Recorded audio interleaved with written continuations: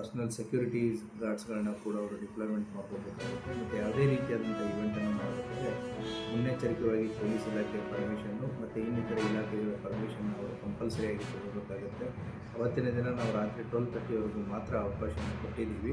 So 12:30 ಆದಮೇಲೆ ಎಲ್ಲವೂ ಕೂಡ ಕ್ಲೋಸ್ ಆಗಬೇಕು ಅಂತಲೂ ಕೂಡ ಹೇಳಿದ್ದೀವಿ.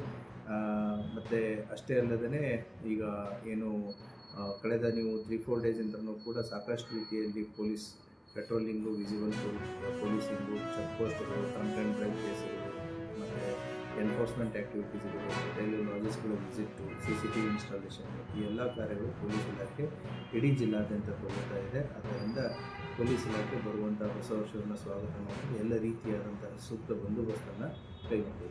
ಸರ್, ಯಾರು ಪರ್ಮಿಷನ್ ಕೇಳಿದ್ದಾರೆ ಸರ್? ಹೋಟೆಲ್ಸ್, ರೆಸಾರ್ಟ್ ಹೋಟೆಲ್ ಯಾರು ಅಪ್ಲೈ ಮಾಡಿದ್ದಾರೆ? ನಮ್ಮೆಲ್ಲರಿಗೂ ಸಹಿತ ಆಧ್ಯಾತ್ಮಿಕದ ಬದುಕಿಗೆ, ಸ್ವರೂಪಿಗೆ ಆದರ್ಶ ನೀಡಿದ್ದಾರೆ.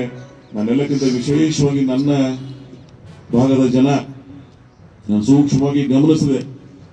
ಈ ಚಳಿ ಬಹುತೇಕ ಕರ್ನಾಟಕದಲ್ಲಿ ಅತಿ ಹೆಚ್ಚು ಚಳಿಯನ್ನ ಇವತ್ತು ನಮ್ಮ ಉತ್ತರ ಕರ್ನಾಟಕ, ಅದರಲ್ಲಿ ಬಿಜಾಪುರ, ಗುಲ್ಬರ್ಗ, ಬಾಗಲಕೋಟ್, ಬೆಳಗಾವ್, ನಾನು ಬೆಳಗಾವಿ ಸ್ಟೇಷನ್ದಾಗ ಇದ್ದಾಗ ಗಮನಿಸ್ತಾ ಇದ್ದೆ.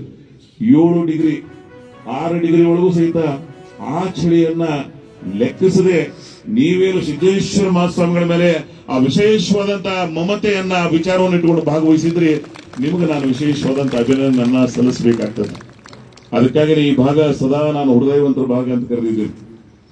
ಹಾಗೆ ಆಧ್ಯಾತ್ಮಿಕದ ಚಿಲುಮೆ ನಮ್ಗೆ ಏನು ಸ್ವರೂಪವನ್ನು ನೀಡುತ್ತದಂದ್ರೆ ನಮ್ಮ ಆದರ್ಶ ಬದುಕಿಗೆ ಅಡಿಪಾಯವನ್ನ ನೀಡುತ್ತದೆ. ಅದಕ್ಕಾಗಿ ಆದರ್ಶಗಳನ್ನ ರೂಢಿಸ್ತಕ್ಕಂಥ ಪ್ರಯತ್ನ ನೀವು ಮಾಡಿದ್ರಿ. ಈ ಕಾರ್ಯಕ್ರಮದ ಯಶಸ್ವಿಗೆ ಶ್ರಮಿಸಿರ್ತಕ್ಕಂಥವ್ರು ಬಹಳ ಜನ ಇರ್ತಾರೆ.